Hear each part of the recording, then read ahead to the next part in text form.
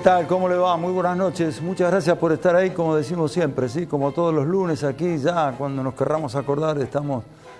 Cuando yo lo dije allá por el mes de julio, agosto, dijeron, ya llegó Papá Noel. Por cierto, Papá Noel. Yo no sé si les pasa a ustedes, supongo que sí.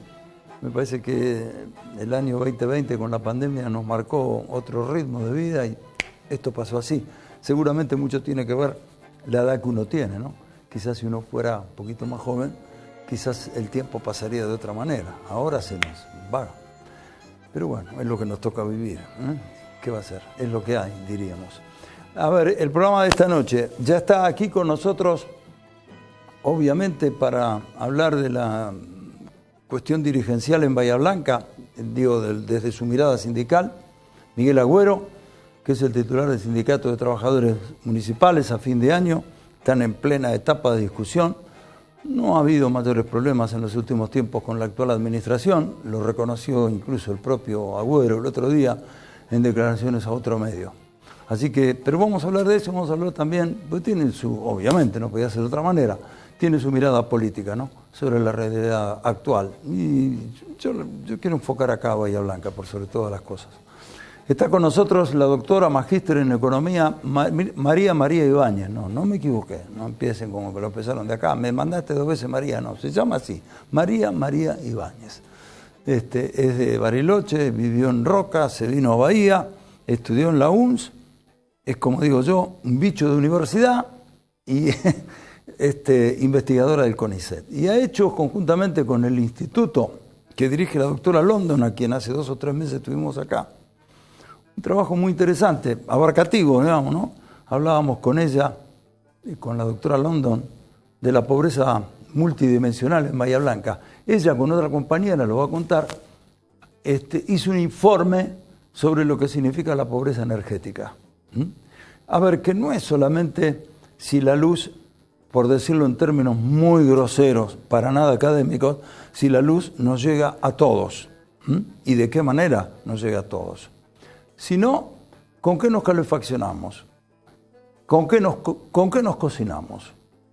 Y ahí usted va a advertir, en este trabajo que ella nos va a explicar, qué es lo que pasa en Bahía Blanca, ¿no? Porque uno se cree que no es ninguna exageración. Lo va a contar ella mucho mejor que nosotros porque hizo ese trabajo. Y por último, un tema, digamos, con tantos temas que hay en Bahía Blanca, y yo diría en el mundo, porque esto está pasando en el mundo también. ¿Qué es lo que está pasando con determinadas especialidades médicas? ¿Qué es lo que está pasando? Por ejemplo, ahora últimamente, ¿qué es lo que está pasando con pediatría? ¿Qué es lo que pasa con el sistema de salud? ¿Por qué cuesta conseguir que haya un turno para clínica médica, que haya un turno para pediatría? Estoy hablando del sistema de salud integral, ¿no? Si usted llama por teléfono a la secretaria del doctor Cano y le pide un turno. ¿Se entiende lo que quiero decir? Del sistema de salud, que se agrava y tiene esto que ver mucho con lo que hemos hablado últimamente aquí en el programa, a partir incluso de estos estudios del Instituto Económico y Social de la Universidad, respecto de la pobreza. Porque hay un 40 y pico % de la población de Bahía Blanca, permítanme utilizar esta frase porque no tengo otra creatividad, no tengo otro talento, nada académico, pero muy gráfico, que está colgada del pincel. Pero está colgada del pincel en serio, ¿no? O porque hace changas, o porque ha conseguido un trabajo y trabaja en negro, ¿y entonces qué? Y entonces no tiene cobertura social. ¿Y entonces dónde va? Y al hospital. ¿Y a qué hospital? El público.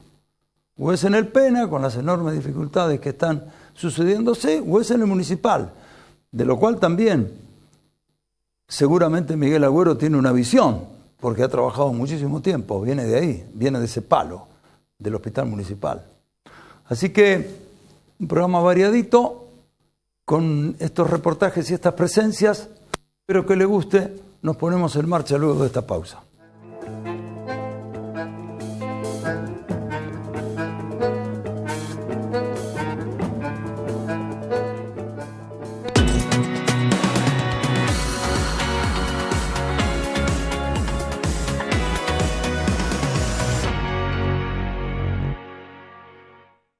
¿Sabes cuánto tarda nuestro planeta en generar 1 centímetro de suelo fértil? 1000 años. 50 generaciones de humanos. El suelo nos alimenta. Cuidemos el suelo. Proferti. Vida para nuestra tierra. ¿Sabías que existe un listado de especies arbóreas por calle para que sepamos qué árbol plantar? Consulta el mapa en www.bahia.gov.ar/mapa-de-arbolado. Preservemos el medio ambiente. Construyamos futuro. Ordenanza 16.859. Honorable Consejo Deliberante de Bahía Blanca. Un nuevo concepto en estaciones de servicio. Alemi Perú, un punto de encuentro. No se trata solo de cargar combustible, es mucho más que eso. Alemi Perú, Rodopetrol. En Espacio Tecno, impulsamos esas ideas innovadoras y damos rienda suelta a la creatividad.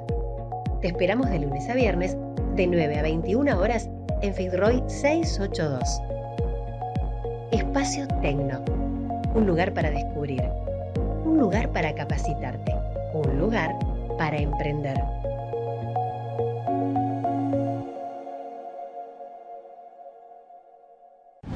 Te despertás, desayunás algo rico, agarras la bici o el micro y a trabajar o estudiar. El mundo está acelerado y ahora la forma de jugar también. Vas a tu agencia de Lotería Amiga, jugás a la instantánea y podés ganar al instante. La instantánea, rápido, fácil y sin esperar el sorteo. Lotería de la Provincia, Gobierno de la Provincia de Buenos Aires. Noviembre, en el puerto de Bahía Blanca. Seguimos festejando junto a vos. 19 y 20 de noviembre, Fiesta de San Silverio. Homenajeamos al santo patrono de los pescadores. Shows locales, nacionales e internacionales. Comidas típicas, bailes y mucho más. 25, 26 y 27 de noviembre, Fiesta de la Tradición. Celebramos nuestra identidad e historia. Marcha de los Bombos, Paseo Gaucho, Peñas y el cierre con Peteco Carabajal. Noviembre, en el puerto de Bahía Blanca. Conectado al mundo. Unido a vos.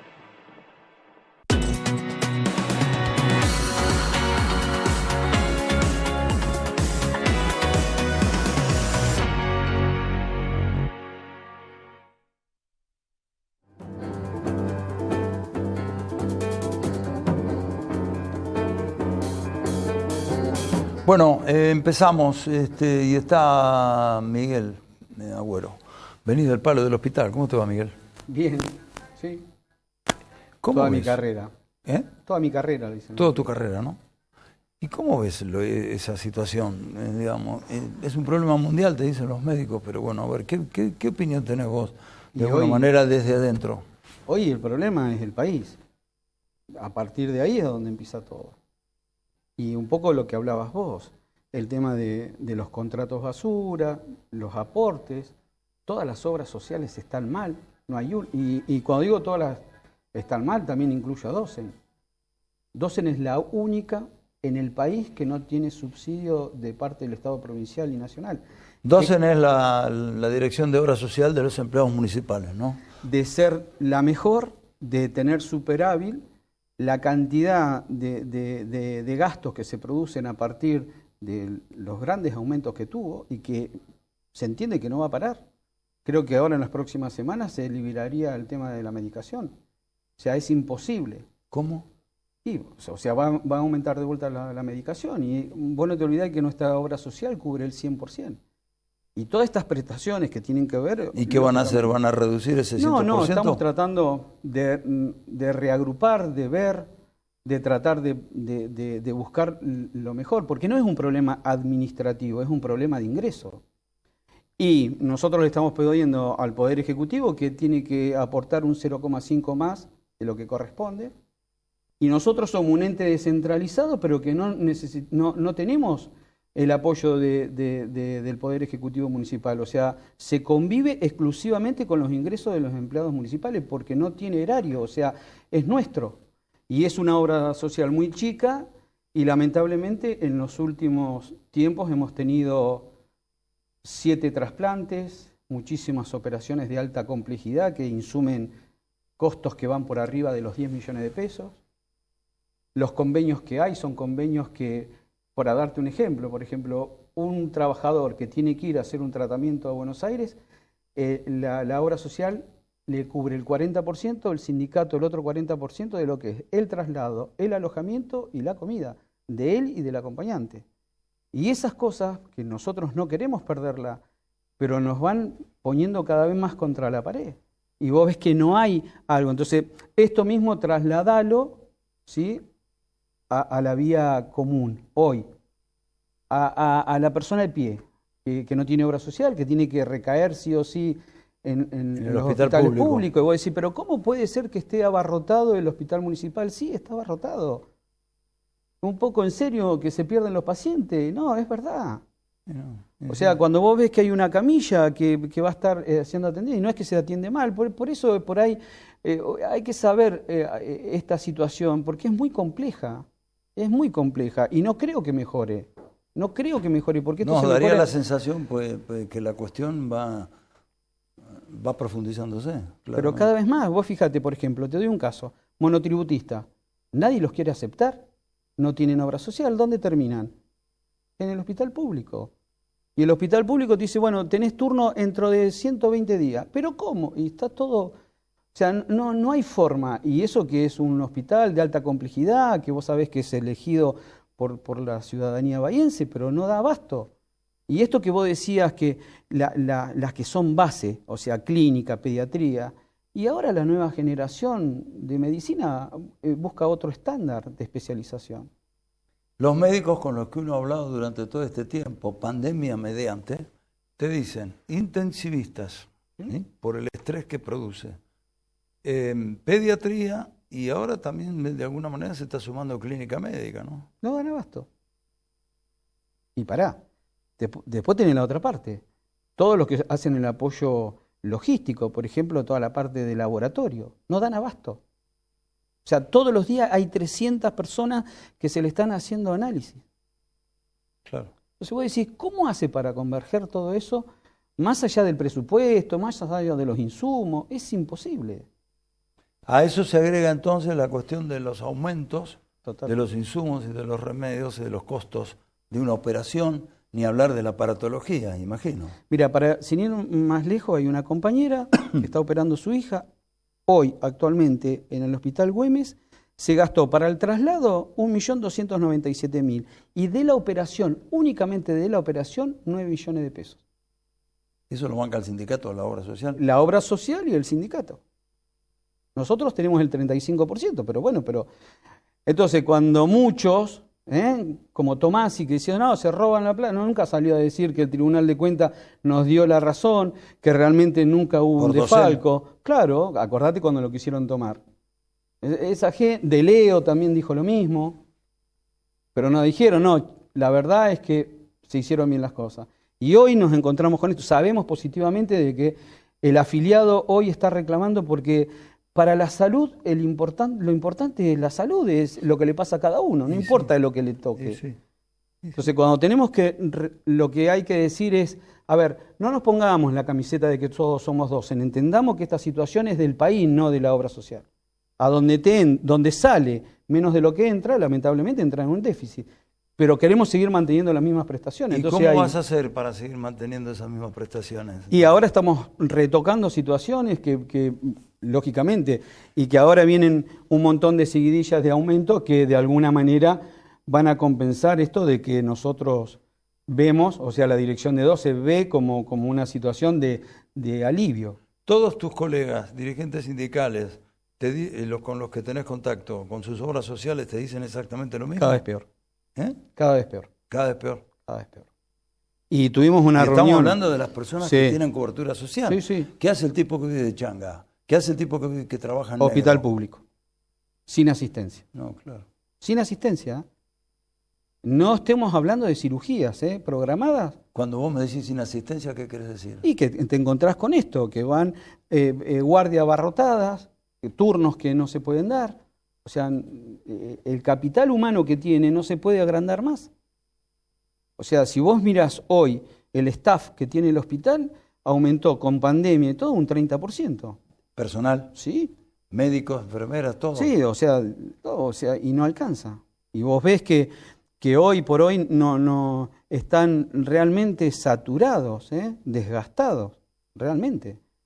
Cuando vos vas a la guardia no lo podés creer. Entonces cuando muchos muy livianamente hablan, los invitamos a que vayan y que vean, porque no es la realidad lo que lo dicen, ¿eh? Y por ahí esto también tiene que ver un poco con la política, ¿no? Porque el Grupo Hospital, a ver, a mí lo que me interesa, no me importa de qué lugar políticamente esté Gustavo Carestía, a mí lo que me importa es que dé una buena atención. O sea, y eso no se hace un día para el otro. Y la verdad es que ha hecho una dirección excelente, con las obras, cómo se va adelantando. Entonces, por ahí hay muchas personas que hablan por hablar. Te estás refiriendo, a ver, sin nombrarlo, te estás refiriendo a algunos concejales. Totalmente, que no saben ni a dónde están parados. Esto como consecuencia de la discusión de hace un mes y pico. Pero totalmente. Vos no podés presentarte y decir de que bajó la calidad de atención o las prestaciones. ¿Y cómo no va a bajar del año que lo tomó si fue cuando estábamos en pandemia? Que lo único que era el centro único de atención de COVID era justamente el hospital municipal. Lógicamente que clínica no se atendió, otorrino, cirugía, porque lo más importante, estábamos en pandemia. Y después cuando decís, bueno, venga señor, como tuvo que ir al Consejo de Administración a dar las explicaciones, bueno, ¿y de dónde sacó esos datos? No, de unas encuestas confidenciales. Que ahora, lógicamente, no nos quedamos con eso, el Consejo le va a pedir al presidente del bloque que realmente queremos ver. Porque no podés hablar livianamente, porque una vez que pusiste el título, listo. El presidente del bloque de Juntos. ¿Sí? Yuglar. Totalmente, que mande, a ver, esto es institucional. Yo pensé que mira cómo derivamos, yo pensé que se había terminado. No se terminó nada, lo que pasa es que no lo dieron a la publicidad, no dijeron nada, ni un lado ni del otro. Entendemos de que nosotros, cuando digo nosotros es el Consejo de Administración, o como la misma concejal que no quiso firmar, quería firmar en desconformidad, porque Valeria Rodríguez. Sí, porque había salido del contexto lo que habían escrito. Pero una pregunta, ¿usted es lo que dijo? Sí, pero no el contexto. Pero en un acta no se pone el contexto. Tuvieron que votar para que se lea en voz alta. Y así todo quería firmar en disconformidad. Porque, ¿cómo hace para poner un contexto? Pero dijo usted esto, lo leían entre... Sí, pero no es lo que yo quise decir. Pero ¿y cuál sería el contexto? Entonces, yo pensé que esa discusión... No, para mí no se termina porque se metieron con lo más importante, que es con el personal. Cuando vos decís que bajás las prestaciones, la calidad, te estás metiendo con el propio trabajador. Entonces, ¿cómo es? Pasate 2 horas, te invito nada más, para que veas lo que es el caos. Y esto es todos los días. Entonces, hay un problema de emergencia. No solamente todos los días, ¿no? Sino que da la sensación que uno habla con los médicos, que se habla con los médicos, no solamente del hospital municipal, con los médicos en general y de otros hospitales también. Da la sensación, en ese contexto del que hablamos hace un ratito, que todo tiende hacia la profundización. Cada vez peor. No veo mejoras. Primero se tiene que arreglar el país. No es fácil eso. Pero a ver, 327% de aumento en las prestaciones. Entonces vos decís, ¿cómo? ¿Cómo haces? Y tenés que hacer malabares. Porque, mirá mi cabeza, vuelvo un cachito unos minutos para atrás. ¿Por qué dijiste como la pasada se nos quisieron meter en 2M? ¿Y cómo que no? Sí, me acuerdo, pero no mucho. Bien, quisieron tomarla. El Poder Ejecutivo. Hablando del 2018, 2019. Sí, acordate que hubo una asamblea, bueno.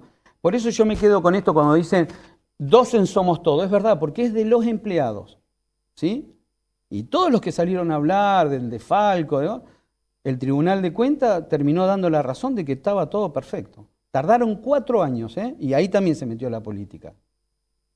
Se hizo el concurso, se ganaron los que son los cargos de ley, y hoy se sigue trabajando, pero nadie salió a disculpar. Porque esto lo lee todo. Cuando viene todo malo, sí, lo dicen. Ahora, cuando tienen que decir, no, la verdad que me equivoqué, no lo dicen. Bien, por último quiero preguntarte, obviamente te gusta la política, obviamente sos peronista, sos dirigente sindical, ¿cuántos periodos llevas ya? 2, este es el último mío. Este es el último, bueno, pero en años que son. No, bueno, pero 4, yo entré... 5. No. Como capo. O sea, 8. 8. Pero ya vení de pibito. De pibito, sí. Desde que llevaban la camilla. No, tanto no, pero bueno, ponele. No, Sí, 2005, con Jorge. Patulio. Sí, ahí lo vi en una foto. Contento estaba. ¿Se hizo radical otra vez? Otra vez. Sí, Sí, es socialista. Pero bueno, no importa. Tiene amigos, está bien, porque él tiene amigos, está bien. Sí, no, es un amigo dirigente es hecho y amigo de derecho. Elisa y es amigo de Arnaudo. De Arnaudo. Acordate que habían armado la línea interna del radicalismo la Sí. 8 de septiembre. Secretario general era, como. Bueno, una vez Patulio, café mediante, ahí en Avenida Len, me dijo, yo soy siempre oficialista. Claro. La culpa no es mía si cambian los intendentes. Totalmente. Bueno, pero digo, tu visión político-partidaria, ¿qué te hace ver de lo que está pasando acá, hoy en Bahía? Haceme en 2 minutos un análisis. No lo veo para nada bien. Por lo menos el peronismo. Y eso también va de la mano, mira, esto va también de la mano de la CGT. Va de la mano. El movimiento obrero. ¿Qué pasa? Dale. Y, pero por ejemplo, yo te doy un caso. A ver, vamos a hacer una situación. Ahora están en reuniones, se está avanzando con el tema de la normalización, de que se junten las partes. Lógicamente que hay buenas intenciones, como todo, el tira y afloje, que cada cual... acá es cosa de adulto y que todos tenemos que ceder un poco. La reunión pasó la semana pasada, creo que hay buena predisposición, por lo menos, de seguir charlando. Pero yo te hago un ejemplo. Por ejemplo, vamos a poner el caso de Sebastián Mas, ¿sí? Que no se pudo presentar, ¿no? Una persona, un dirigente que tiene ganas de ser candidato a intendente. ¿Está bien? Ahora, si la política se mete dentro del sindicalismo y si ahora se unirían las CGT, si va un candidato, ¿sí? del movimiento obrero, la CGT, ¿a quién tendría que apoyar? Al dirigente sindical. Y bueno, pero Por también... lo menos teóricamente. Teóricamente, pero también hay personas y dirigentes que también son tentados por las otras fracciones y que también le ofrecen algo. Entonces ahí otra vez entramos no terminamos de solucionar el problema, que ya tenemos otro. Entonces yo digo que la base de lo que, si hoy ponés dirigencialmente, yo no creo que pase por 3 personas. O sea, lo tenés a Federico, lo tenés a Marcelo y lo tenemos a Sebastián Mas, que bueno, que fue proscripto en la anterior. Pero tienen ganas de por lo menos... Y yo creo que el peronismo, no estamos hablando de cada uno qué es lo que representa. Yo creo que se ha perdido el concepto del peronismo. Y que hay muchas personas, porque hay un cambio generacional. Sí, claro. Entonces, muchos que no tienen la misma doctrina. Y yo creo que eso va a costar. Va a costar. Y yo creo que no... A ver, cuando muchos dicen, che, pero Miguel, vos no entraste. No, para. No es que no entré, no personalicemos. Se perdió la 4ª banca. No, Miguel o cualquiera hubiese estado. Desde las PASO a la general no se pudo levantar un 1%.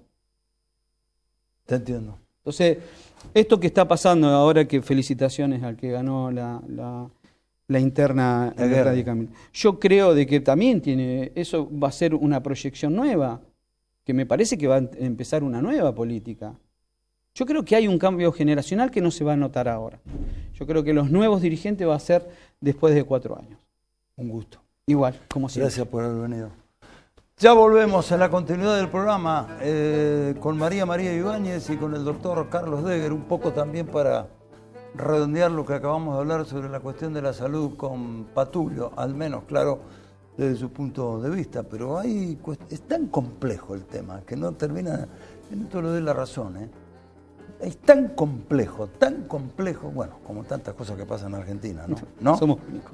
Somos únicos. Es difícil aburrirse acá. Ya volvemos.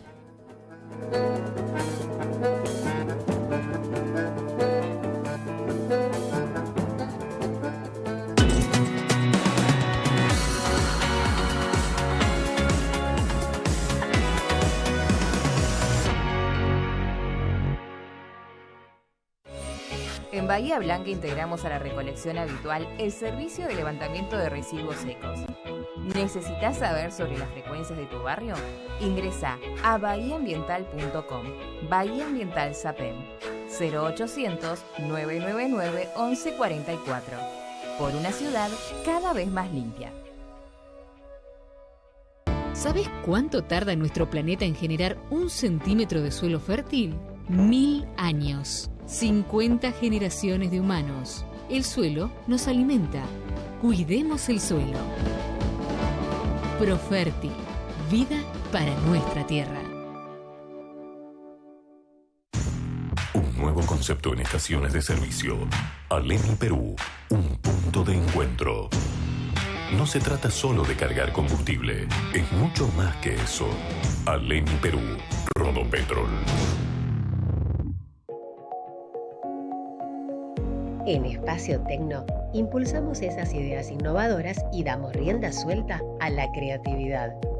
Te esperamos de lunes a viernes, de 9 a 21 horas, en Fitzroy 682. Espacio Tecno, un lugar para descubrir, un lugar para capacitarte, un lugar para emprender.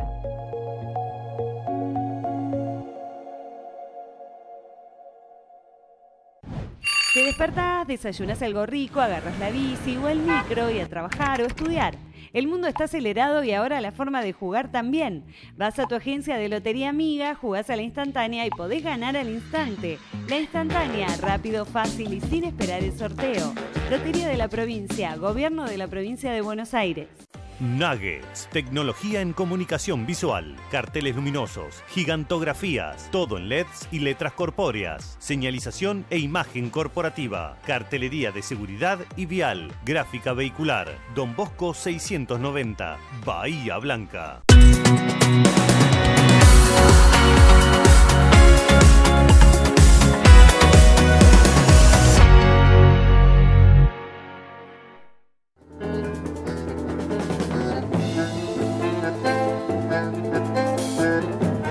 Bien, vamos entonces a empezar a hablar un ratito con la doctora María Ibáñez. Un gusto, gracias por haber venido. Muchas gracias a vos por la invitación. Bien, a ver, los datos. Nació en Bariloche, agosto del 88, 1988. Vivió y estudió en General Roca. Vino a Bahía para estudiar en la UNS. Es doctora en Economía y magíster y doctora.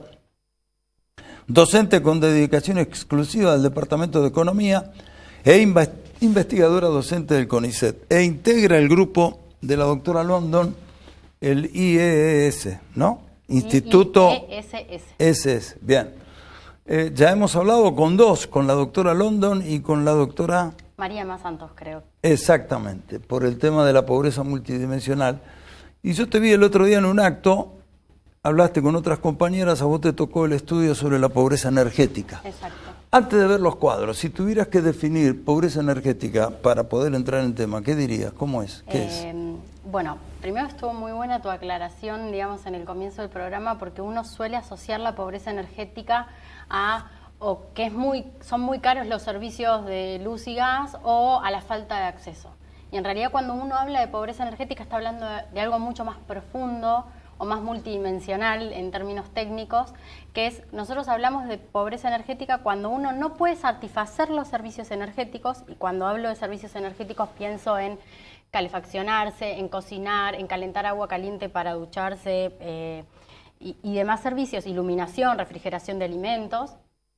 Y esa falta o esa incapacidad de satisfacer los servicios energéticos viene explicada por la falta de acceso en cantidad y en calidad, y acá venía muy de la mano lo que vos mencionabas, no solo a la energía per se, sino también al equipamiento que nos podría permitir satisfacer esos servicios. Si tengo una cocina o tengo un brasero. Exacto, exacto.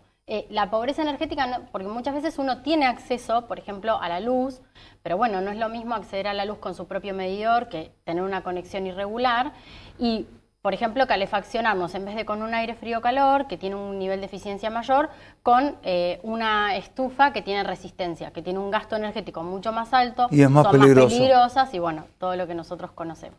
¿Podemos ir viendo los cuadros que nos supuesto. trajiste para que vos los vayas explicando? Bueno, esta es la presentación, Pobreza Energética de Bahía Blanca. Trabajaste con tu compañera Milena Pogiese. Sí, Milena es una estudiante de 4º año de nuestra carrera, que bueno, trabaja mucho conmigo en estos temas, es brillante realmente, así que está muy comprometida con esta problemática, entonces estamos trabajando juntas en esto. Pasemos al próximo, indigencia energética en Bahía Blanca. A ver, rápidamente, si lo tuviésemos que explicar en función de eso que estamos viendo que ustedes armaron, ¿qué dirías? Bueno, básicamente el concepto de indigencia energética hace referencia principalmente a los hogares que se calefaccionan o que cocinan sus alimentos quemando combustibles no limpios, querosén, leña, carbón, residuos dentro del hogar. Entonces, lo que vos ves ahí es el porcentaje, digamos, la indigencia energética está compuesta por aquellos hogares o personas que se calefaccionan y cocinan las dos cosas en simultáneo con estos combustibles no limpios. ¿Qué porcentaje estamos? ¿Casi un 20%? No, en realidad tenés un 3% de los hogares de Bahía Blanca que se calefacciona y cocina, y lo que estás viendo arriba es la cantidad de hogares que tienen privación en cocción nada más. O sea, la indigencia es la suma de las dos privaciones, en cocción y en calefacción. Eso afecta más o menos a un 6% de la población en Bahía Blanca. Un 6%. Sí, de personas en Bahía Blanca. Se calefaccionan y cocinan sus alimentos. ¿Con qué, por ejemplo? Con leña, carbón, querosén, quema de residuos intrahogar. Con todo lo que eso conlleva en términos de salud, ¿no? Que era lo que vos charlabas con juntos residuos y los quemo dentro de mi casa para calentarme o para hacer, no sé, la sopa. Exacto, exacto. Y es, digamos, es una problemática muy importante, perdóname, no solo de perdona la que te energía. interrumpa. Si tuviésemos que poner en números esos 6%, ¿es un 6% de la población o de los...? Es un 6% de la población. Son más o menos 18.000 personas que se calefaccionan y cocinan las dos cosas con leña, querosén, carbón. Quemando lo que venga dentro de la casa. Exacto. Con todo lo es que peligroso de desde todo punto de vista, de lo que inhalás y la eventualidad que se te produzca un lío con un incendio. Totalmente. Y muy vinculado a lo que vos charlabas anteriormente, ¿no? El 80% de estas 18.000 personas carece de cobertura en salud. Entonces, y obviamente la contaminación intrahogar, cuando se usa esta alternativa para satisfacer estos dos servicios energéticos, tiene una correlación casi directa con mayor presencia de enfermedades respiratorias, enfermedades en la piel. Entonces, bueno, uno podría suponer que las personas que transitan esta dificultad en términos energéticos también transitan dificultades más severas en términos de salud. Entiendo perfectamente, hay un camino paralelo. Sí. ¿Qué otra cosa querés resaltar de ahí? Bueno, ahí digamos lo que podemos ver es que la indigencia energética, a diferencia de otras problemáticas energéticas, tiene una distribución territorial como muy marcada en el hacia afuera de Bahía Blanca. Excepto algunos casos puntuales, pero uno ve que la indigencia energética está en los bordes de nuestra ciudad. En los bordes de la ciudad. Cuando uno va a privaciones menos severas, que son las que vamos a ver más adelante, empieza a ver como un queso gruyère, ¿no? Que las problemáticas empiezan a colarse a lo largo de nuestro territorio y que no es tan marcada el hacia afuera, ¿no?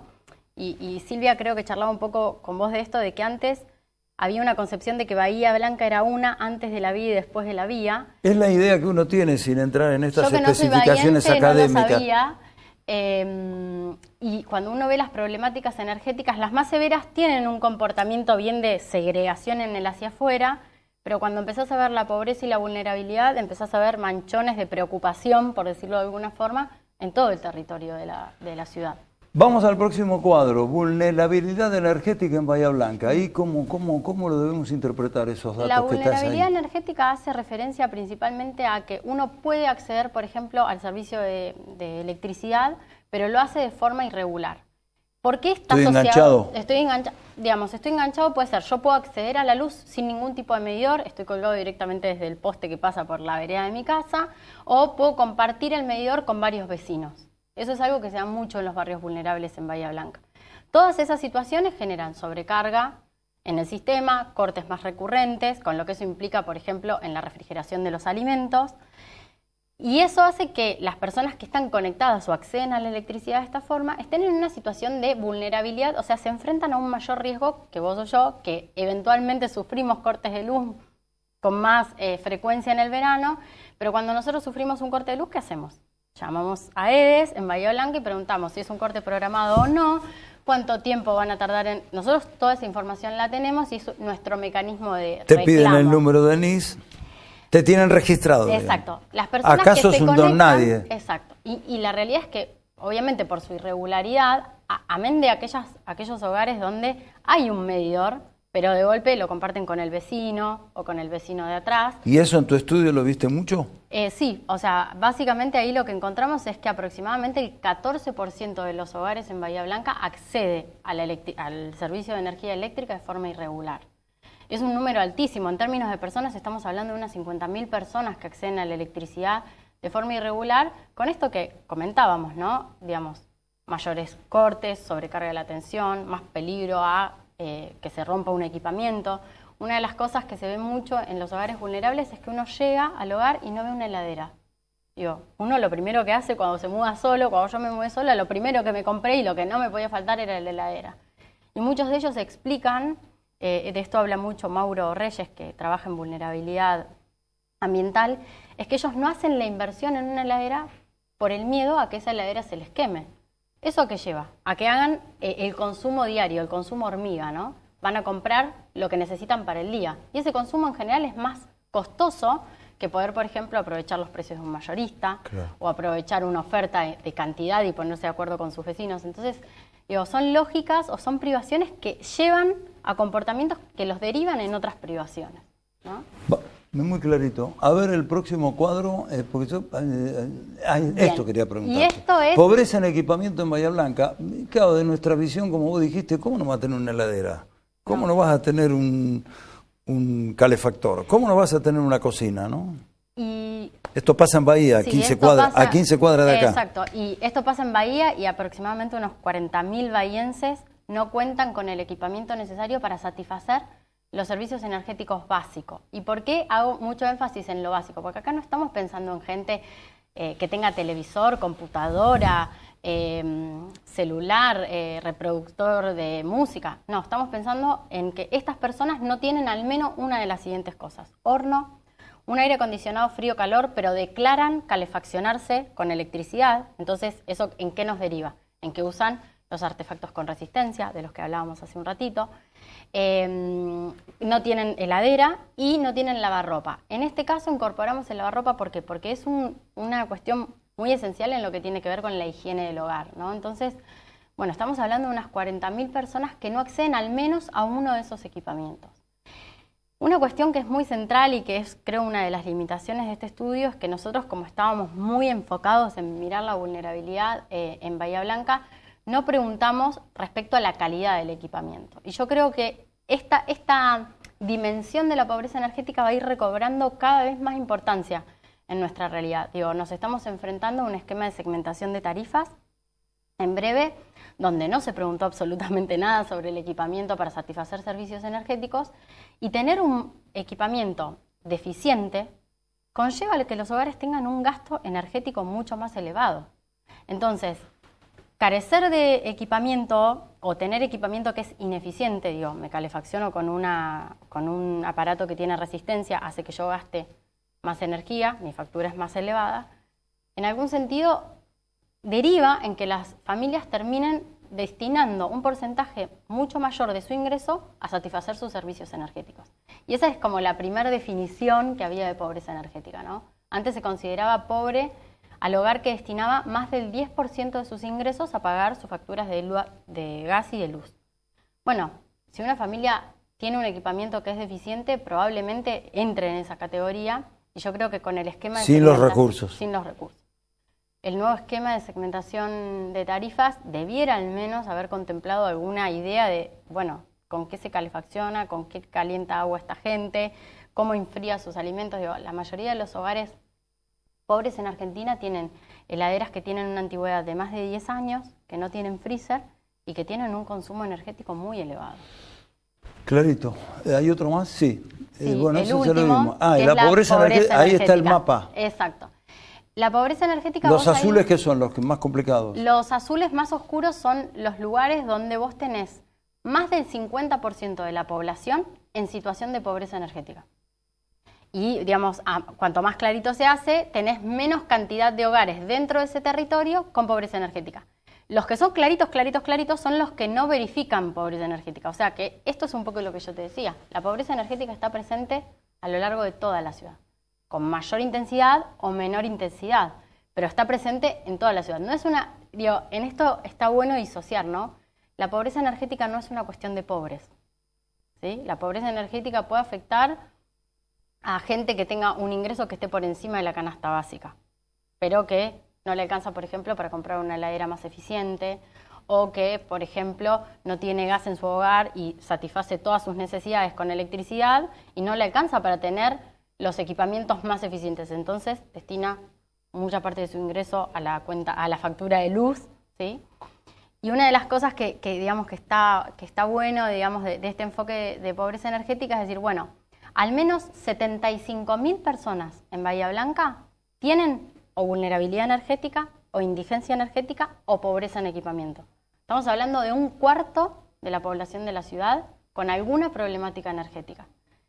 Y lo que más me llamó la atención a mí, que esperaba que el resultado fuese menor, es aquellos hogares que están colgados de la luz o tienen una conexión irregular, se calefaccionan y cocinan con combustibles no limpios, ¿sí? Queman gas. Lo que venga.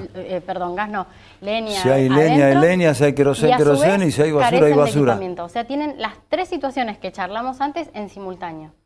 Yo pensé que el número iba a ser menor, encontramos aproximadamente un 1% de los hogares de Bahía Blanca en esta situación, que uno dice, bueno, un 1%. Si uno se queda con el porcentaje, piensa que no es nada, pero estamos hablando de alrededor de unas 1.050 familias y unas 2.000 personas en esta situación, que están en la situación de carencia energética más severa que uno se puede imaginar, ¿no? Mientras tanto convivimos con algunos parches que parecen no funcionar del todo bien, ¿no? Digo, nosotros con Silvia el año pasado y un equipo de la UTN hicimos una prueba piloto de instalar colectores solares en barrios vulnerables. Algo me comentó Silvia, sí. Y uno encuentra que de golpe muchas familias accedían a la garrafa social, ¿no? Entonces uno dice, bueno, entonces nosotros les preguntamos a ellos si las garrafas a las que podían acceder les eran suficientes para satisfacer sus necesidades. El 100% dijo que no. Y además se revelaron otras problemáticas, ¿no? De golpe que accedían a la garrafa social, pero para eso tenían que caminar 40 cuadras y trasladar la garrafa a pie o en una moto o en una bici. Entonces empezamos a poner parches que por lo menos a estas familias que tienen las 3 carencias en simultáneo, no sé ¿Hacer un plan para ponerle un panel solar? Bueno, los resultados de nuestro estudio fueron algo, llamativos en ese sentido. A las familias a las que les instalamos los colectores les sirvió y estaban muy satisfechos, pero la realidad es que hay que hacer todo un proceso de enseñarles a las familias por qué eso es mejor, porque las energías renovables son muy buenas en términos de la emisión y demás, pero calentar agua con un colector solar lleva tiempo, el agua no llega a la temperatura que llegaría el calefón eléctrico o el termoeléctrico que tienen, entonces hay que hacer como, yo siempre digo, ¿no? La transición, incorporar las renovables, ¿realmente es una estrategia para las poblaciones vulnerables o lo tendríamos que hacer los que tenemos otras comodidades? Porque es como esto lo discuto mucho con Karina Busowski, que es la profesora de Economía de la Energía del Departamento de Economía, y es la transición energética vista como incorporar alternativas menos contaminantes. ¿Son una alternativa para la población que carece y que tiene un montón de privaciones en su vida cotidiana? ¿O deberíamos enfrentarlos a aquellos que tenemos un confort térmico mejor en nuestros hogares, que tenemos heladeras eficientes? Y ahí es como, viste, la discusión de quién tiene que hacer la transición. Sin dudas que satisface necesidades que hoy no están satisfechas, pero no sé si es la alternativa más viable. María, 45 segundos tenés. Digo yo, 45 segundos. Cuando yo te fui a ver el otro día, cuando presentaron esto, vos dijiste en un momento determinado, bueno, algo así, yo lo voy a plantear en estos términos de café. Espero que nos den pelota con estos informes. Sí, era una de las grandes expectativas y en ese sentido trasladarte el agradecimiento del equipo, porque sos una de las personas de los medios de Bahía que más nos ha contactado y ha estado, creo que en todos los espacios donde hemos hablado. La realidad es que nosotros hacemos este proyecto obviamente con un interés que es académico, porque nosotros nos dedicamos a eso, publicamos papers sobre esto, pero la focalización en las diferentes problemáticas venía de la preocupación que nosotros tenemos como bahienses, todo el equipo de investigación, de lo que vemos en el día a día y que sentimos que no avanza. Entonces, nosotros siempre decimos que las decisiones de política tienen que tomarse con información. Generar la información es muy costoso. Este fue un trabajo de muchos años que costó mucho dinero con un subsidio del CONICET, pero nosotros queríamos y sentíamos que le debíamos a la sociedad de Bahía Blanca como grupo de investigación que la información estuviera y que la información estuviese recolectada de forma seria. Lo hicimos, lo pusimos a disposición, realmente la repercusión fue muy buena. Lo que esperamos es que esto sea el sustento para empezar a pensar de medidas que corrijan en la política de corto plazo, porque las personas que sufren estas privaciones no pueden esperar mucho tiempo. Muchas gracias por haber venido. A vos, muchísimas gracias a vos. María Ibáñez con nosotros de la Universidad Nacional del Sur, magíster y doctora en Economía. Enseguidita, cuando volvamos, va a estar aquí sentado el doctor Carlos Deger.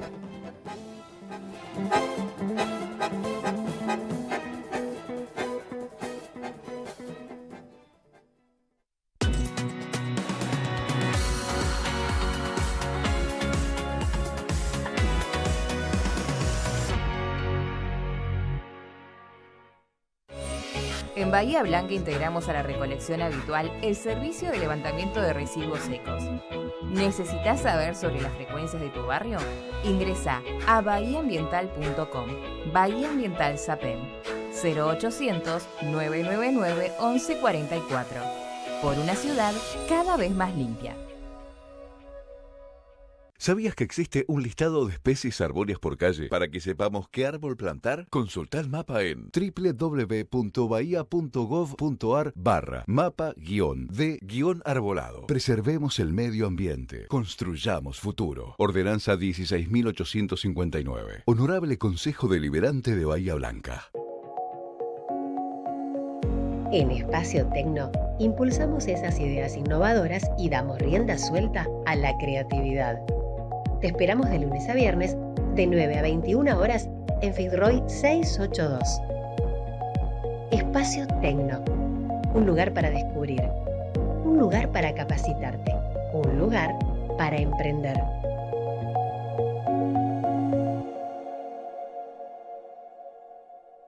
Noviembre, en el puerto de Bahía Blanca. Seguimos festejando junto a vos. 19 y 20 de noviembre, fiesta de San Silverio. Homenajeamos al santo patrono de los pescadores. Shows locales, nacionales e internacionales. Comidas típicas, bailes y mucho más. 25, 26 y 27 de noviembre, fiesta de la tradición. Celebramos nuestra identidad e historia. Marcha de los bombos, paseo gaucho, peñas y el cierre con Peteco Carabajal. Noviembre, en el puerto de Bahía Blanca. Conectado al mundo, unido a vos.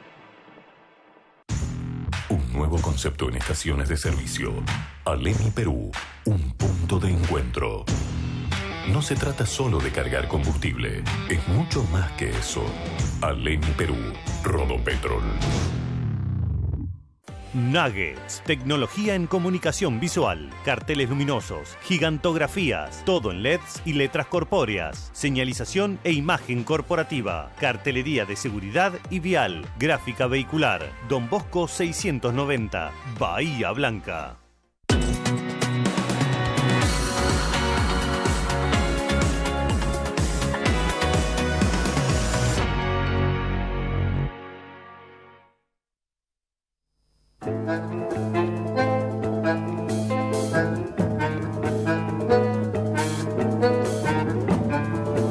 Bueno, está el doctor Carlos Deger con nosotros. ¿Cómo te va, Carlos? ¿Qué tal? ¿Cómo estás? Bien. Es muy complejo el tema de lo que está... Bueno, en realidad, ¿cuáles son los temas que no son complejos en la Argentina? No sé.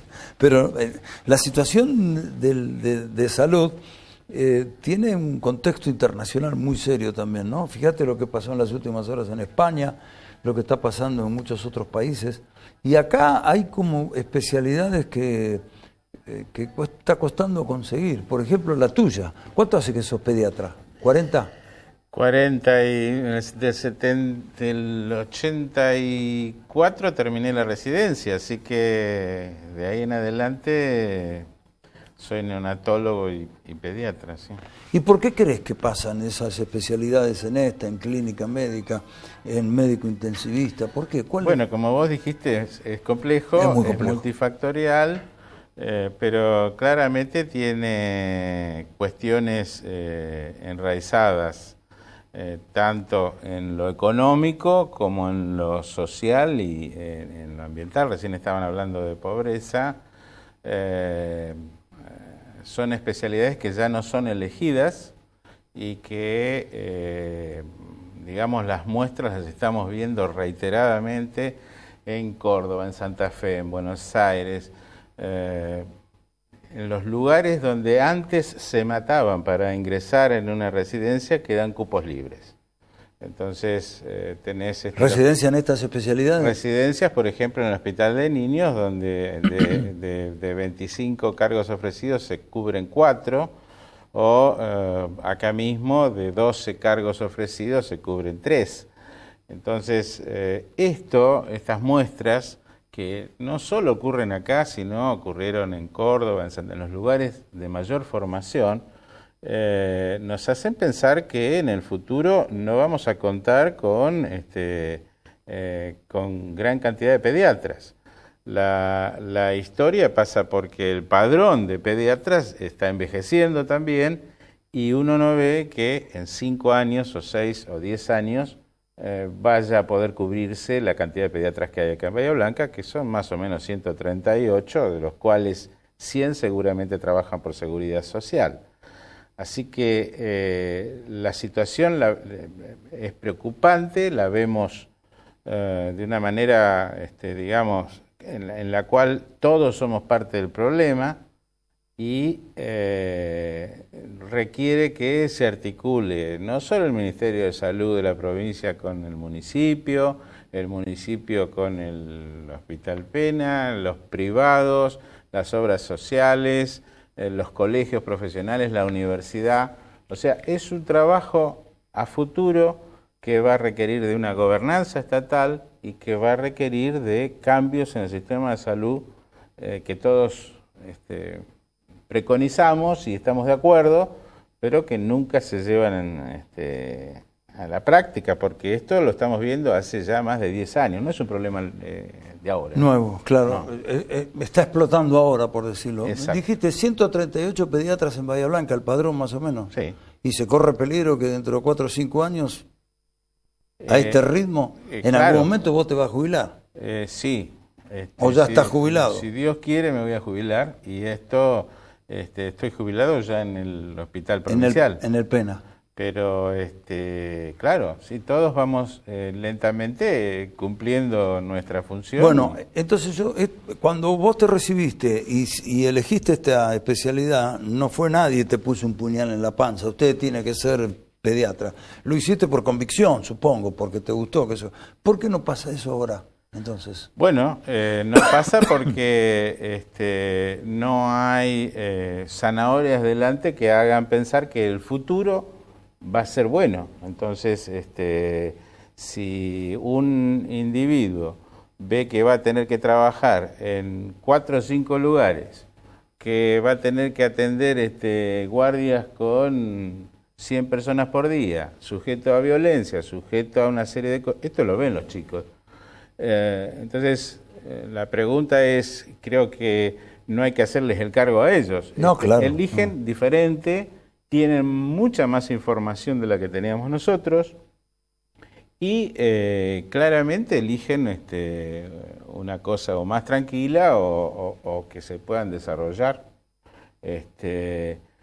Podemos criticar si hay o no falta de vocación, pero creo que esto está surgiendo con todas las especialidades clínicas en nuestro país. Estamos hablando de clínica médica, estamos hablando de pediatría, estamos hablando de las terapias intensivas y es una crisis de especialidades que requiere de la articulación de varios estamentos estatales, públicos y privados. Ahora, yo voy a la universidad, estudio medicina, porque sí, porque quiero ser médico, quiero ser médica, salvo, tengo que hacer la residencia, después creo que el mecanismo es así, ¿no? Después tengo que elegir, de alguna manera, bueno, yo quiero ser médico, no sé, oculista, ponerle lo que sea. Digamos, ¿qué se elige hoy? ¿Qué se elige? ¿Se elige cirujano? ¿Se elige anestesiólogo? Se eligen especialidades que son rentables y con poco conflicto.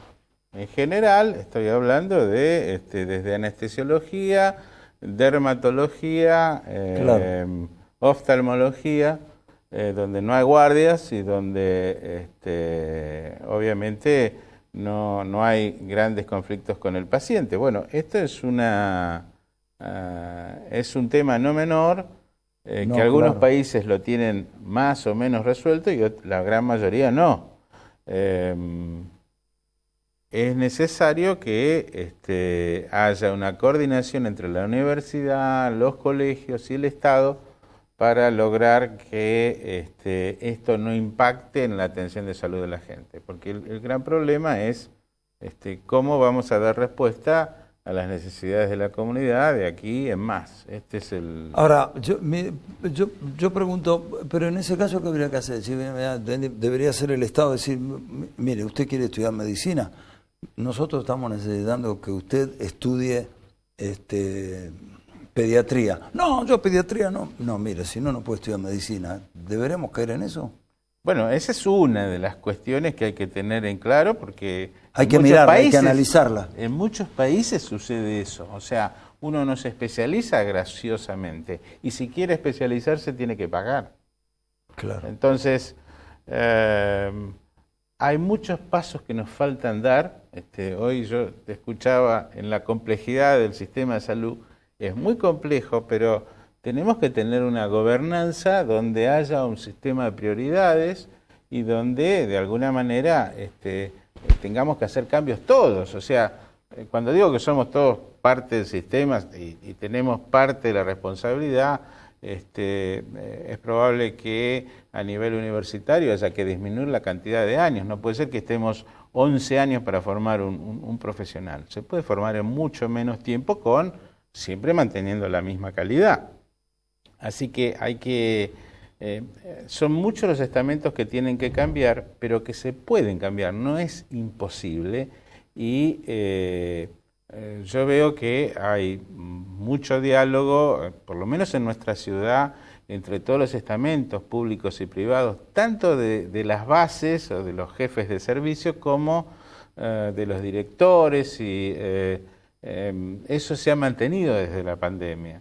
Así que nosotros tenemos que aprovechar esos canales de diálogo para lograr algunos cambios. Y hay otros cambios que tienen que darse a nivel... una decisión política a nivel general. A nivel general, porque... Que no es solamente, vamos a solucionarlo de Bahía Blanca. Bahía Blanca solo no lo va a poder hacer, no depende de nosotros exclusivamente, no es sencillo. Te soy sincero, yo entiendo la complejidad, pero ahora escuchándote me doy cuenta que es mucho más complejo de lo que yo pensaba, porque esto lo vamos a medir en 4 o 5 años, entonces, si no se le pone un coto. Exacto. Sí.